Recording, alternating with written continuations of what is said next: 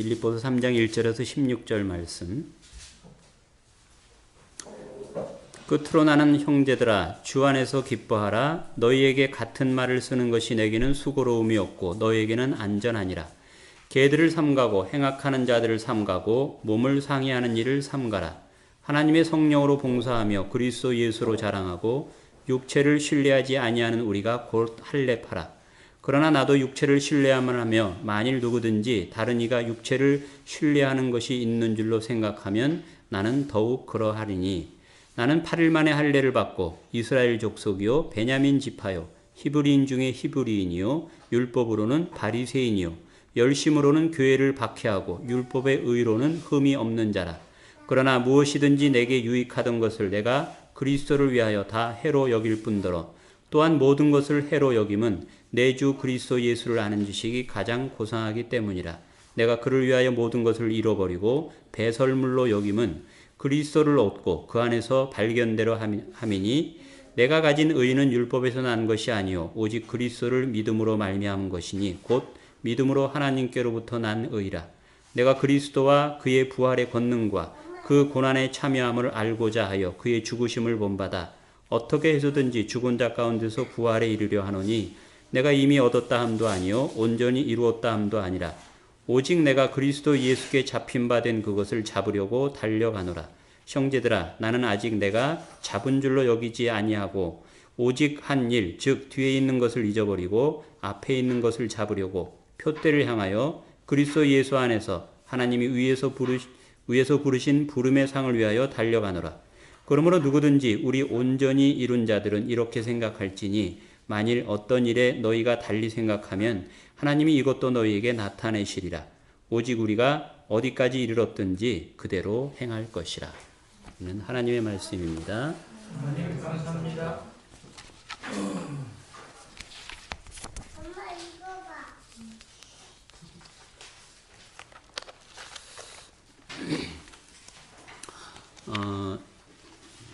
저는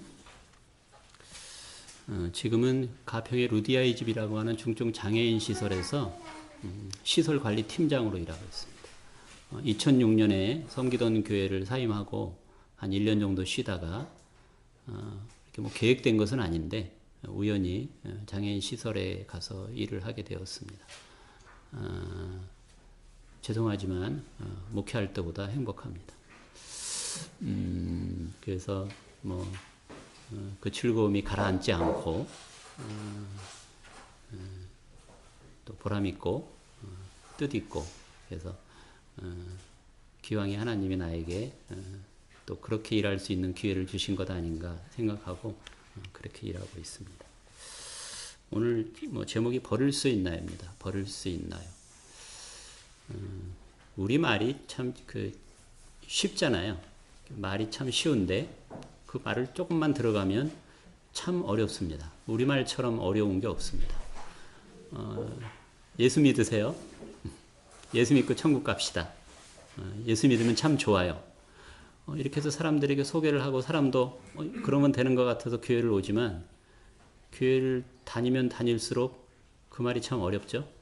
믿는 거 쉽지 않고 예수 믿어서 행복해지기 참 힘들고 그래서 교회를 다니면 되는 줄 알고 열심히 다녔는데 교회를 다니면 다닐수록 교회를 깊이 들어가면 들어갈수록 아니네 하는 것이 자꾸 보여지고 또 그런 말도 하죠.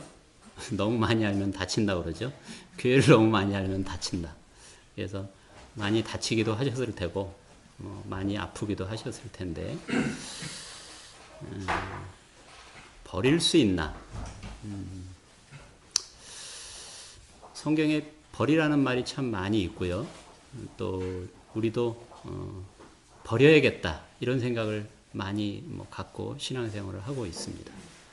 만약에 지금 쓰레기통을 하나 휙 돌리면서 내 소지품 중에 버릴 만한 것이 있으면 좀 버리십시오 하면 버릴 만한 것이 있겠습니까? 있겠죠? 제 가방에도 있습니다. 아까 뒤적뒤적 하니까 쓰레기가 있어요. 미처 못 버린 봉지 같은 게 있어요. 버리라고 그러면 버릴 만한 것이 있습니다. 그래도 오늘같이 예배에 참석하기 위해서 준비한 보따리 안에는 사실 그렇게 버릴 만한 것이 없습니다. 꼭 필요해서 챙겨가져 나오는 것이기 때문에 버릴 만한 것이 별로 없습니다. 이사를 몇십 년 만에 가시는 분들은 참 고민이 많죠. 이걸 버려야 되는지 가져가야 되는지 끌고 다녀야 되는지. 이사를 자주 다닌 분들은 거기에 익숙하죠. 뭐 그냥 열 몇 번, 20번 이렇게 다니신 분들은 이사할 때마다 버리고 가져갈 것이 그냥 척척 훈련이 돼 있어가지고 잘 버리고 갑니다. 그런데 몇십 년 만에 처음으로 이사 가는 분들은 고민이 많습니다. 그래서 애써 골라서 남겨놓고 버릴 것을 쌓아놓으면 산더미 같이 쌓입니다. 필요 없다고 생각해서 버리는 겁니다. 근데 필요하다고 생각해서 이사 가는 집에 가져갔는데 1년이 넘도록 한 번도 들춰보지 않는 물건들이 있어요. 그런 것들은 사실은 버려야 할 것들이었죠. 버려야 할 것들. 근데 버려야 한다고 생각이 되면서도 못 버리는 것들이 우리가 가지고 있는 것들입니다. 저는 컴퓨터를 그냥 쓰기만 합니다. 청소를 못 해요. 먼지는 터는데 컴퓨터 이 하드 안에 있는 걸 버리지를 못해요. 그래서 그 컴퓨터가 잘 말을 안 들으면 우리 애한테 못 씁니다. 이렇게 컴퓨터가 이렇게 버벅거리니 그러면 청소라고 지우라고 그래요. 뭔가 쓸데없는 이것들을 많이 지우라고 하는데 지울 줄도 잘 몰라요. 어떻게 지워야 되는지. 그러다 보면 지 혼자 나갔다 지 혼자 들어왔다 이럽니다. 이렇게 말을 안 들어요. 한참 뭘 거 살피고 있는데 퍽 나가고. 그럼 어떻게 합니까? 갖다 줍니다. 컴퓨터 고치는 집에 들고서 갖다 줍니다. 이게 이렇게 돼요. 막 이상한 글씨가 나오고 이래요. 갖다 주면 안에 뭐 그 남겨야 할 자료는 없죠. 그러면 별로 쓸 건 없습니다. 그러면 포맷을 해줍니다. 다 지우고 새로 깔아줘요. 그래서 요새 잘 쓰고 있습니다. 잘 버리면 잘 쓰는데 잘 못 버려서 잘 못 씁니다. 기계도 그런데 사람은 오죽할까.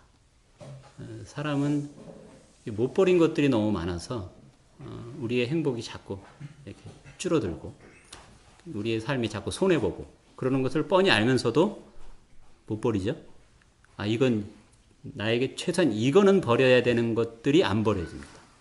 조금 사소한 것들은 좀 버릴 수는 있는데 결정적인 것은 참 안 버려집니다.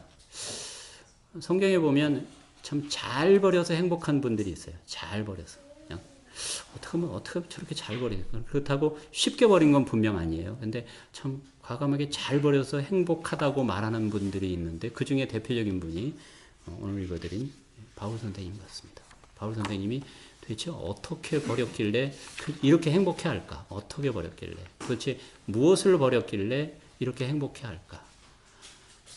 바울뿐만 아니라 예수님의 제자들도 예수님을 따라다니면서 이미 베드로 같은 경우에 우리가 다 버리고 주를 쫓았습니다. 이런 말을 해요. 다 버리고 주를 쫓았습니다. 그럼 대표적으로 베드로는 뭘 버렸을까요? 베드로가 예수님에게 이 이야기를 할 때 나를 좀 칭찬해 주세요. 잘했죠? 제가 다 버리고 주를 쫓았습니다. 할 때 베드로 뭘 버렸죠? 그물. 거기 나오죠. 배와 그늘, 가족들, 일터들, 세리마태 이런 사람들 세관에서 하던 일 접고 예수님 직장을 버리고 이렇게 돈벌이를 버리고 관심 가졌던 것을 버리고 예수님을 쫓습니다. 대단한 일이죠. 그렇게 하긴 참 어렵습니다. 우리도 좀 따라해 보려고 그렇게 세상에 중요하다고 생각한다는 것을 좀 뒤로 제쳐두고 주를 따라 보려고 애썼습니다. 그러면 예수님이 바라는 대로 하나님이 바라는 대로 버리고 쫓았으면 어때야 되죠? 행복해야 됩니다. 즐거워야 되고 평안해야 됩니다. 예수님이 초대하시죠. 너희 참 수고가 많고 너희 참 힘겹고 너희 참 괴로워 보이는데 나를 따라와라. 나에게 와라. 그리고 내게 배워라. 그러면 행복할 거다. 내게 배우면 너희도 나처럼 이 쉼을 얻을 것이다. 안녕할 것이다. 평안할 것이다. 이렇게 소개해서 예수님을 따랐는데 예수님을 열심히 따른 만큼 행복하고 즐거워야 되죠. 즐겁고 싶은데 여러 사람 이렇게 같이 있을 때는 즐거운 표정을 지어야 되고 행복한 표정을 지어야 됩니다. 그건 제가 제일 잘했던 겁니다. 좀 표정 관리를 비교적 잘했습니다. 속으로는 괴로운데 그래서 편안해 보인다고 그랬어요. 사임할 한 3년 전까지는 그랬어요. 사임할 때도 그랬어요. 별일 없는 것 같은데 나보러 사임한다고 그랬어요. 근데 저는 정말 죽을 맛이었어요. 더 이상 제가 뭘 할 수가 없는 지경으로 제 마음이 바닥을 쳐서 뭐 행복, 즐거움, 편안함. 근데 얼굴은 편안했어요. 얼굴은. 그동안 제가 가면을 잘 썼기 때문에 그냥 보시기에 어떠세요? 좋아 보인다는 표현을 하고 선해 보인다, 착하다 이런 말을 저는 평생 들었어요. 근데 어느 날 아니었어요. 사람들은 그렇게 말하고 심지어 좀 더 심하게 칭찬을 했는데 그건 제가 아니었어요. 사람들이 나를 몰라서 그랬어요. 제가 워낙 안면 관리를 잘해서 표정 관리를 잘해서 사람들이 몰랐을 뿐이에요. 제가 아는 저는 정말 행복하지 않았어요. 정말 괴로웠어요. 날마다 괴로웠어요. 그렇지만 뭐 그 교회 목사니까 그 동네에서 목사님이라고 불러주니까 이렇게 이쁜 척하고 그랬는데 안 행복했어요. 왜 안 행복할까? 왜 괴로울까? 열심히 하는데 잘한다고 하는데 그렇다고 그렇게 허름하지 않았던 것 같은데 동기들이나 아는 분들이 이렇게 목회해도 교회가 되는 것 같으네 이랬었어요. 제가 뭐 이렇게 엉뚱하게 하지는 않았는데 엉뚱하게 했습니다. 보통 엉뚱하게 하는 걸 피해 보려고 하니까 제가 엉뚱해졌어요. 그래서 이것도 안 하고 저것도 안 하고 그래서 왜 우리는 이것도 안 하고 저것도 안 하냐고 그럴 때 그거 안 해도 신앙생활 하는데 지장 없다고 했어요. 그래서 다른 교회 다니시던 분들이 저희 교회 오면 한 2년 몸부림을 칩니다. 이렇게 신앙생활 해도 되나? 이렇게 아무것도 안 해도 되나? 근데 한 2년 지나니까 편하대요. 좋대요. 교회를 생각하면 편안한 마음이 있어서 즐겁대요. 저도 그래야 되잖아요. 저는 그렇게 만들어 주려고 했는데 저는 자꾸 가라앉았어요. 뭔가 있었던 게 저한테 해결되지 못한 말씀드린 대로 뭔가 다 버린 것 같은데 버리지 못한 뭔가 저한테 이렇게 남아 있었어요. 남아 있어서 그거 딱 붙잡고 이거 붙잡은 건 사람들에게 속이고 뭐겠어요? 전 착하다는 거예요. 이 착한 게 아닌 것으로 들통나는 것을 전 제일 두려웠어요. 그래서 사람들을 의식하는 거죠. 뭔 일을 해도. 그리고 앞에서 받는 칭찬은 거부하죠. 그렇지만 뒤로는 언젠가 빙 돌아서 그 목사가 이런 일을 했대 라고 이렇게 칭찬이 들어오면 흐뭇할 것 같은. 그래서 무엇을 해도 그렇게 신경이 쓰여요. 저희 뒤통수에 신경을 많이 썼던 사람. 근데 요새는 앞에 앉아요. 뒤통수 신경을 많이 들었어요. 학교 다닐 때 박철웅 우리 아우 목사님도 학교의 강의실에 항상 제일 뒤에 앉는 삼총사 중에 하나였어요. 강의실에서 항상 제일 뒤. 제일 앞은 누가 앉아요? 정말 열심히 있는 공부 열심히 하는 사람들이 앞에 앉고 제일 뒤에는 어떤 사람이 앉겠습니까? 시야가 좀 넓은 사람들이 앉습니다. 마음이 좀 넓고 한 곳에 집중되지 않는. 그렇게 변명하면서 제일 뒤에 앉았어요. 제일 뒤에 앉은 제가 결정적인 이유는 제 뒤통수에 자신이 없었어요. 뒤에서 나를 보고 뭐라고 할까. 비듬도 많아요. 비듬 떨어진 게 어깨에 떨어져가지고 행여 여학생들한테 책 잡히지 않을까. 이런 거에 신경 써서 가능하면 제일 뒤에 앉습니다. 그게 제 몸에 배어있던 착함입니다. 착함. 착해야 되죠. 어려서부터 교회 다니면서 착해야 된다고 배웠어요. 착해야 된다. 선해야 된다. 남을 도우면서 다른 사람을 위해서 살아야 된다고 끊임없이 배우고 저 나름대로 세뇌가 돼서 그렇게 사는 것이 하나님을 위하는 것이라고 생각하고 살았어요. 그래서 그렇게 살면 되는 줄 알았어요. 근데 거기에 집중하면서 제 마음은 가라앉았어요. 그냥 견디기만 하는 거죠. 그냥 바닥이 나서 더 이상 견딜 수가 없게 됩니다. 그리고 교회를 다니면 다 버린다고 하고 다 버리면 나는 이 즐겁고 기쁘게 하던 것은 어떻게 하나 하는 다 버림에 대한 불안함이 있죠. 걱정되는 것들. 이게 바울 선생님이 다 버렸다는데 사도들이 다 버렸다는데 그럼 그동안 해온 것 다 무슨 소용인가? 괜히 공부했잖아. 괜히 돈 벌었잖아. 괜히 여기까지 올라가는 하고 고생했잖아. 다 버릴 거면. 근데 여러분 그 바울 선생님이 가지고 있던 우리가 부러운 것들이 있었죠. 나도 이런 사람이야 라고 자랑 아닌 자랑을 한 것들이 있잖아요. 다른 서신에도 바울 선생님이 자랑거리가 참 많아요. 내가 히브리인 중에 히브리인이야. 내가 바리새파 사람이야. 내가 신학을 얼마나 좋은 데서 했는지 알아? 내 스승이 누군지 알아? 내 열정 알지? 내 외국어 실력 알지? 나 로마 시민권 가진 사람이야. 이게 바울 선생님이 자랑거리잖아요. 그거 하나만 가져도 우리가 주눅 들잖아요. 근데 바울 선생님이 그걸 버렸다고 표현하죠. 근데 실제로 버렸습니까? 바울 선생님이 이거 버렸나요? 전도 여행 때 이거 버렸나요?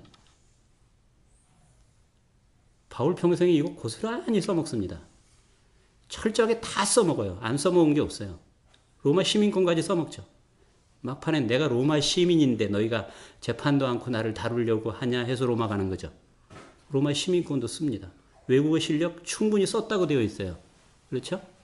그 열정, 그 급한 성격 그대로 있죠.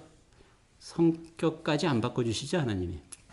기질까지 안 바꿔주시죠. 그냥 그대로 가게 하시죠. 사실은 버린 게 없어요. 근데 버렸다고 그래요. 내가 이전에 알고 있던 모든 것을 다 배설물처럼 생각하고 똥이죠. 똥으로 느껴져서 버렸답니다. 아니면 그게 아니었으면 안 버렸을 거예요. 그 정도로 지저분한 것이라고 생각들지 않았으면 안 버렸죠. 저희가 못 버리듯. 이거 나쁜 줄 알지만 그렇게 나빠? 가지고 있어도 되잖아 하는 것들이 있었다면 바울이 오늘 고백한 대로 보면 내가 그거 똥으로 느껴져서 버렸다. 여러분 배설물로 느껴지는데 아쉬워합니까? 고민합니까? 뒤도 안 돌아보죠. 뒤도 안 돌아보게 버릴 만큼 뭔가 바울에게 있었다는 뜻입니다. 근데 우리가 바울이 버렸듯이 그 정도, 바울 정도까지는 못 버렸어도 어느 정도만 따라갔어도 바울이 느끼는 이 행복에 어느 정도는 지금 따라가고 있을 거 아니에요.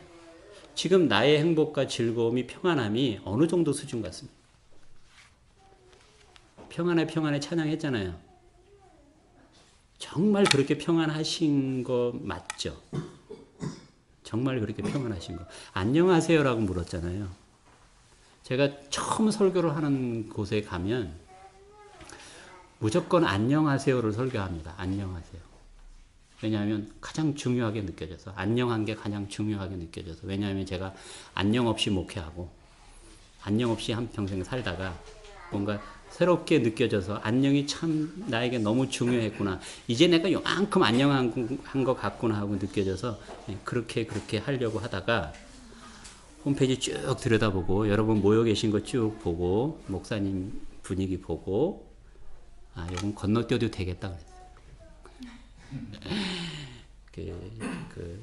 많이 안녕하신 것 같아서 건너뛰어도 되겠다 생각하고 오늘 말씀을 드리는 겁니다. 그게 정말 바울 수준까지 예수님 수준까지 따라가기는 좀 어렵긴 하겠지만 그래도 뭐 죽을 때까지 따라가 봐야 되는 게 우리의 목표라면 바울이 목표 세웠듯이 우리도 그렇게 목표를 세웠다면 바울이 버린 것은 도대체 뭘까 하는 거예요. 바울이 버린 건 뭘까? 뭐겠습니까? 뭘 버렸겠습니까? 오전에 고린도 전서 13장을 살폈었습니다. 바울이 어린 아이처럼 동분서주하고 막무가내로 쫓아다닐 때가 있어요. 그게 맞다고 생각해서. 바울이 이전에 사울 시절에 이렇게 믿는 것이 하나님을 잘 믿는 거야 라고 생각했던 틀이 있습니다. 그걸 뭐라 그럽니까? 요즘으로 하면 신조입니다. 신조. 이걸 뭐 구체적으로 우리가 오늘 신앙 고백하듯이 사도신경 이렇게 신앙 고백하듯이 정리한 것은 아니지라고 할지라도 우리 나름대로 신앙 고백이 있잖아요. 하나님 이렇게 믿는 거야. 신앙생활을 이렇게 해야 돼. 다른 사람들과 사이에서는 이렇게 나라와 민족을 대상으로는 이런 마음가짐으로 사는 것이 하나님을 잘 믿는 거야 라고 어떤 틀이 있죠. 이게 교회 다니기 시작한 처음부터 지금까지 변함이 없나요?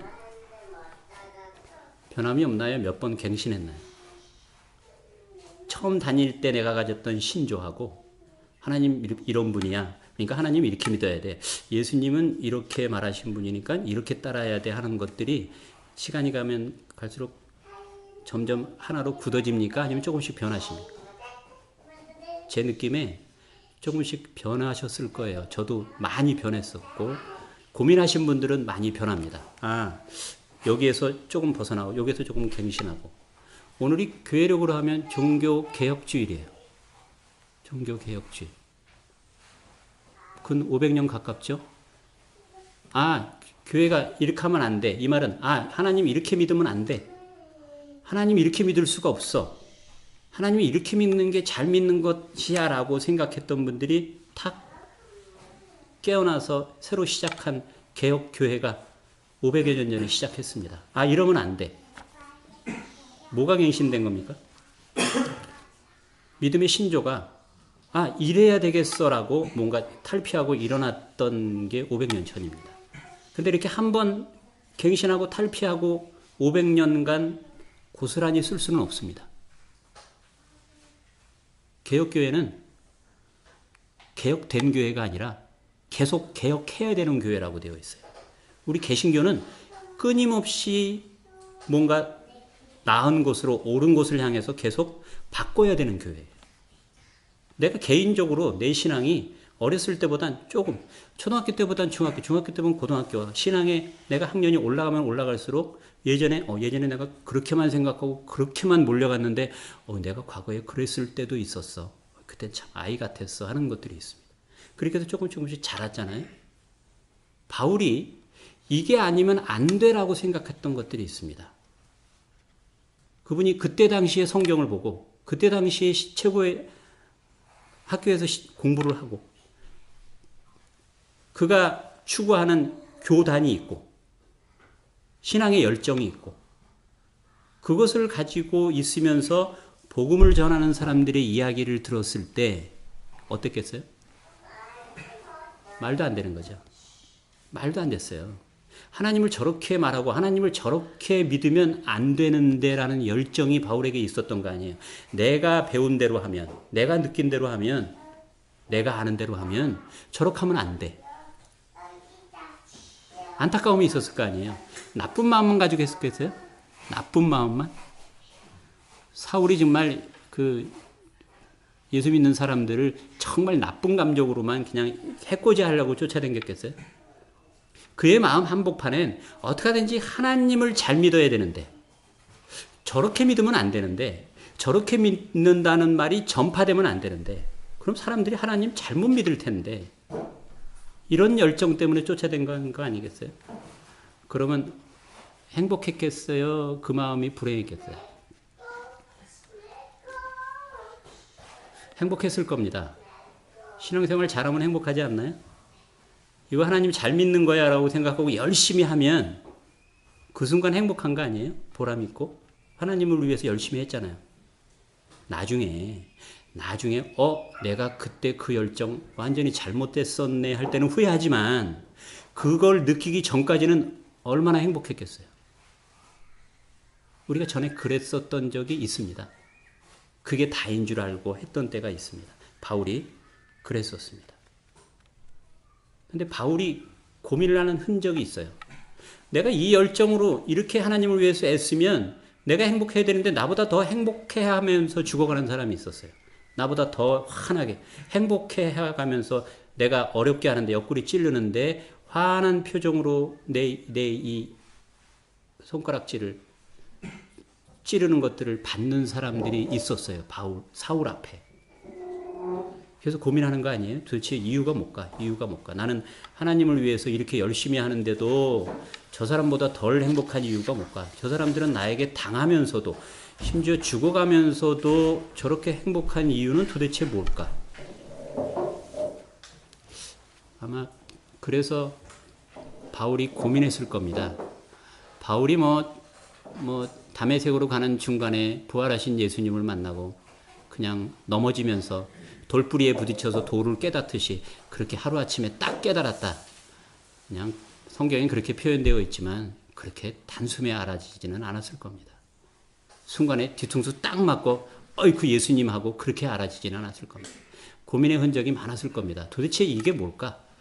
저들이 느끼는 저 환한 표정이 뭘까? 내가 이렇게 열심히 하나님을 믿고 따라가고 내가 아무리 생각해도 내가 틀림이 없는데 틀림이 없는 나는 왜 저들보다 덜 행복할까? 아마 많이 고민됐을 겁니다. 그리고 부활하신 예수님을 만나고 단번에 사역하러 다니지 않았습니다. 뭔가 어딘가에서 많이 고민하는 흔적들이 있습니다. 몇 년이 됐는지는 모릅니다. 그리고 바울이 고백하는 것들이 있어요. 그렇게 자신을 살피고 수년을 자신을 살피고 더듬어서 살피면서 내린 결론이 있으며 자신에 대한 결론. 그게 뭡니까? 자신을 뭐라고 표현합니까? 바울이 자신을 가장 적나라하게 표현한 표현이 하나 있어요. 나는 이런 사람이다. 죄인의 괴수입니다. 죄인의 괴수. 죄인의 우두머리. 죄인 중에 가장 죄를 많이 지은 우두머리가 바로 나입니다라는 고백이 바울에게 있습니다. 성경은 이 고백의 자리에서 다시 태어남을 말합니다. 그 자리 가지 않으면 다시 태어날 재주가 없는 게 우리 사람인 것 같은데 사울은 그 자리에 앉아서 다시 태어납니다. 바울로 태어납니다. 다시 새 사람이 됩니다. 거듭납니다. 그래서 그 자리에서 무슨 작업을 하냐면 이전에 자기가 알고 있던 자기가 믿고 있던 철석같이 믿고 있던 하나님은 이런 분이고 하나님은 이렇게 믿어야 되라고 생각하는 그 방식을 송두리째 예수님의 방식으로 바꿉니다. 예전에는 그 예수님의 방식이 너무 싫었었어요. 그러면 안 돼요. 그러면 하나님 잘 못 믿는 거예요. 요즘식으로 하면 그렇게 믿으면 지옥 가는 거였어요. 근데 자기가 자신을 보고 난 다음에 이 죄인의 괴수 같은 내가 가진 생각이 정말 얼토당토 않게 틀렸다는 것을 발견하고 바꿉니다. 무엇으로 바꿉니까? 예수님의 생각으로, 예수님의 마음으로, 예수님의 성경 해석으로 바꿉니다. 당시 예수님의 성경 해석은 혁명입니다. 성경을 감히 그렇게 해석하지 않았어요. 하나님을 감히 그렇게 말하지 않았을 때입니다. 그때 예수님이 그렇게 말했고 제자들이 그렇게 배웠습니다. 그리고 바울은 예수님을 직접 만나지는 않았지만 제자들이 말하고 다니는 그 말을 들었습니다. 그렇게 말하면 안 되는 것을 그들의 스승이 가르쳤었어요. 근데 나중에 알고 보니까 바울이 목표가 바뀝니다. 나도 그 마음으로 살고 싶다. 나도 그 마음으로 생각하고 나도 그 마음으로 성경을 해석하고 싶다. 그리고 나도 그처럼 그 예수님처럼 산자처럼 살고 싶다. 그냥 단순하게 예수님의 몸에 부활만은 말하는 것 같지는 않습니다. 예수님은 정말 산자처럼 살았다. 나는 살았지만 죽은 자처럼 살았다. 나도 예수님처럼 그렇게 살아서 그렇게 행복한 사람이 되고 싶다. 그래서 목표를 수정합니다.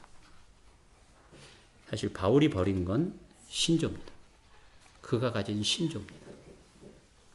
근데 사실은 우리의 신조는 앉아 있잖아요.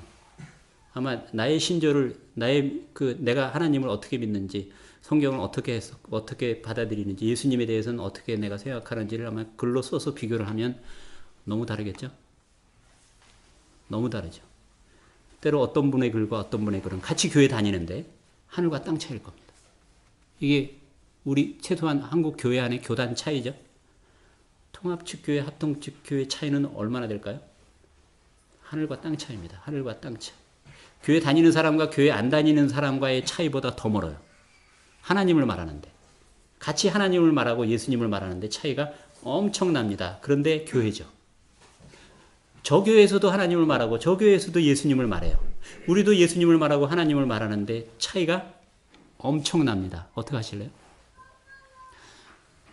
누가 맞느냐 틀리느냐 어렵죠. 누가 맞느냐 틀리느냐가 어렵습니다. 어쩔 수 없이 이건 개인적입니다.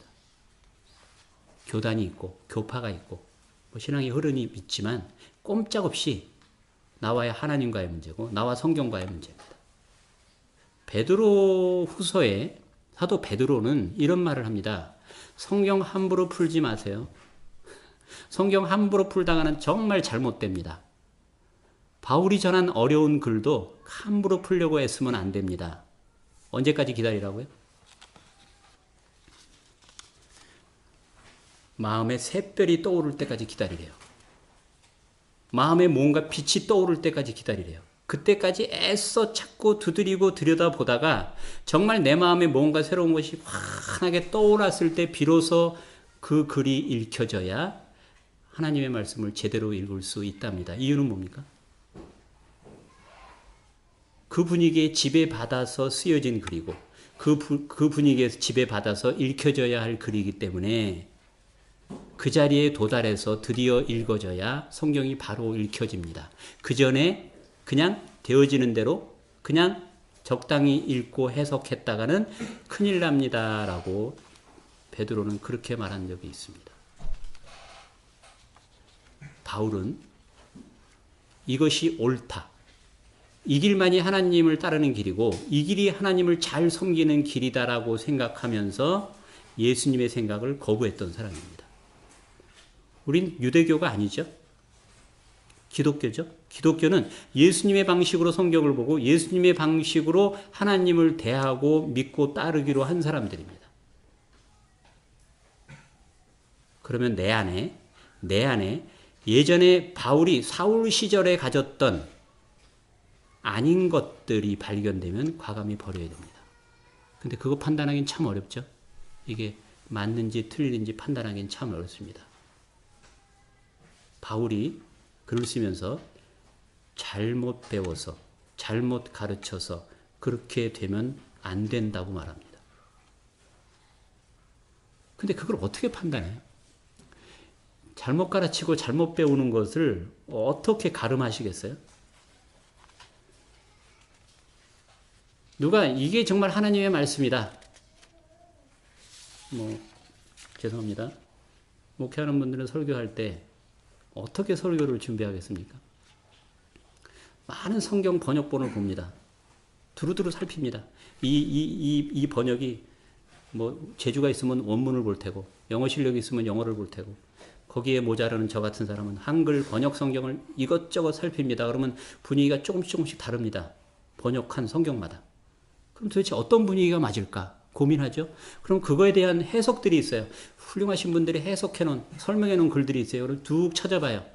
찾아보고 그 중에 하나를 선택해야죠. 누가 선택합니까? 꼼짝없이 제가 선택합니다. 제가 선택하고 제 마음으로 원고를 정리합니다. 그러면 이걸 설교학 배울 때는 자신 있게 선포하라고 되어 있어요. 자신 있게 하나님의 말씀입니다라고 선포하라고 되어 있어요. 근데 자신 있게 하나님의 말씀입니다라고 선포하기가 쉽습니까? 많이 살피긴 했지만 과연 이거 맞을까?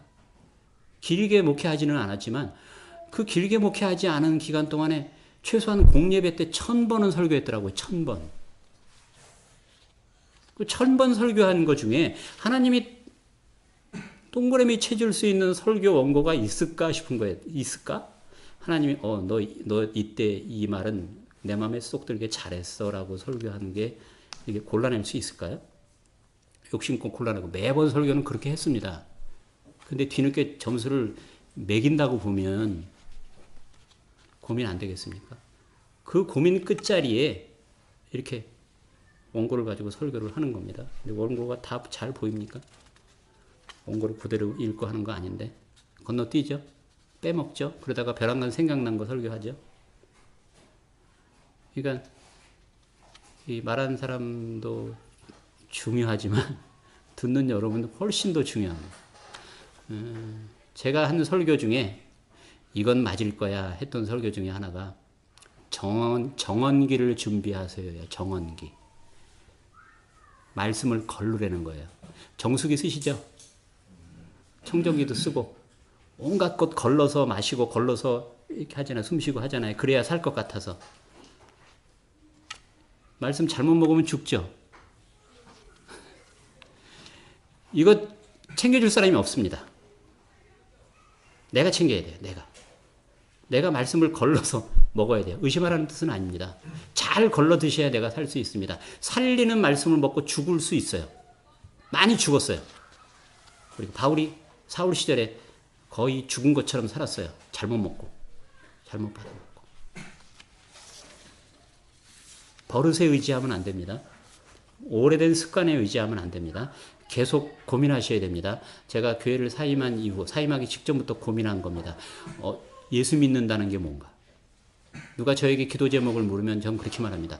예수 믿는 게 무언지에 대해서 고민하고 있어요. 도대체 어떤 예수님을 믿으라고 하는 건지, 어떤 분위기의 예수님인지, 어떻게 말씀하신 예수님을 믿으라고 하는 건지 그거에 대해서 고민하고 있는 건데 저 10년째 계속 그것을 찾고 있습니다. 잘 찾아야 될 텐데. 척도는 잘 찾아가는지의 척도는 그 사람의 행복입니다. 그 사람의 마음에 평안합니다. 순간순간 평안한 거 말고 우리 요새 이런 말 많이 쓰죠. 지속 가능한 안녕입니다. 쭉 안녕한 겁니다. 좋은 일 있을 때 안녕했다가 좀 괴로운 일 있을 때 확 괴롭고 이런 거 말고 누가 옆구리를 찔러도 쭉 안녕한 그 안녕이 나에게 새록새록 싹이 트면 내가 지금 잘 가고 있다고 보시면 될 것 같고, 열심히 하는데도 불구하고 자꾸 이 안녕이 방해받고 자꾸 괴로워지고 끌탕하고 속상하고 울뚝불뚝하고 하면 내가 뭔가 잘못 가고 있다고 진단하셔도 될 겁니다. 바울이 버린 건 신조입니다. 이거 버리면 안 된다고 생각했던 것을 버렸던 겁니다. 우리에게 있죠?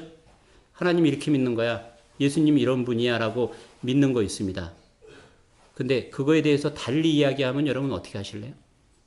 누군가 달리 말하면, 아니면 나에게 달리 생각이 들면 어떻게 하실래요?